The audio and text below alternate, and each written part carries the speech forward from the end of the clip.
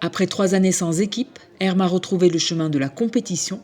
Dimanche, les rugbymen du Grand Dax, en blanc, recevaient l'équipe 3 de l'US Tyros pour le compte de la 6e journée de Régional 3. Jusqu'alors invaincus, les Hermois se sont inclinés 6-25, mais non sans livrer bataille. On a fait des matchs où on gagne avec le bonus. Il y a eu un beau match ici contre Biganos. La semaine dernière, on gagne à Pessac où on a manqué d'humilité, même si on arrive quand même à gagner. Et aujourd'hui, Tyros, c'était la grosse affiche. C'est un derby, c'est l'ogre de la poule. Et je pense qu'on était prêts. On était prêts et le score, pour moi, ne reflète pas tellement la partie. On a tenté, mais on n'a pas eu le petit coup de chance. Et eux, du coup, ils ont joué en contre. Le match parfait à l'extérieur pour moi.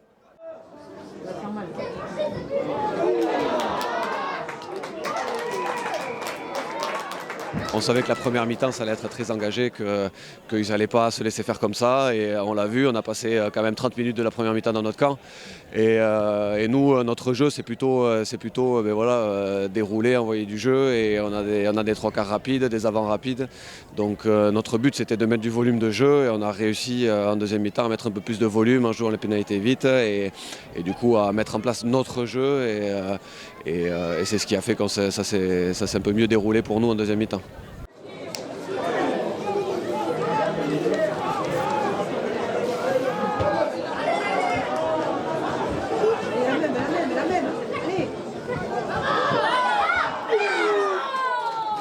Sur leur terrain, les joueurs d'Herm ont tout tenté pour franchir la ligne d'en but adverse, mais trop de précipitation et de maladresse les en ont empêchés, sans compter sur une solide défense tyrossaise. C'est ça, on a réussi à faire des lancements qu'on avait travaillés, mais sauf que le dernier geste, la dernière action, toujours un en avant ou manque de profondeur, mal placé, alors que c'est du vu et du revu, mais c'est quand même encourageant pour le sud de la saison. On perd 25-6, je crois. On leur a quand même donné du fil à retordre, alors je pense que c'est encourageant pour nous, pour l'équipe. On avait quand même pas mal de blessés. C'est une défaite constructive, je dirais. Avec cette nouvelle victoire bonifiée, l'US Tyros conforte sa place de leader.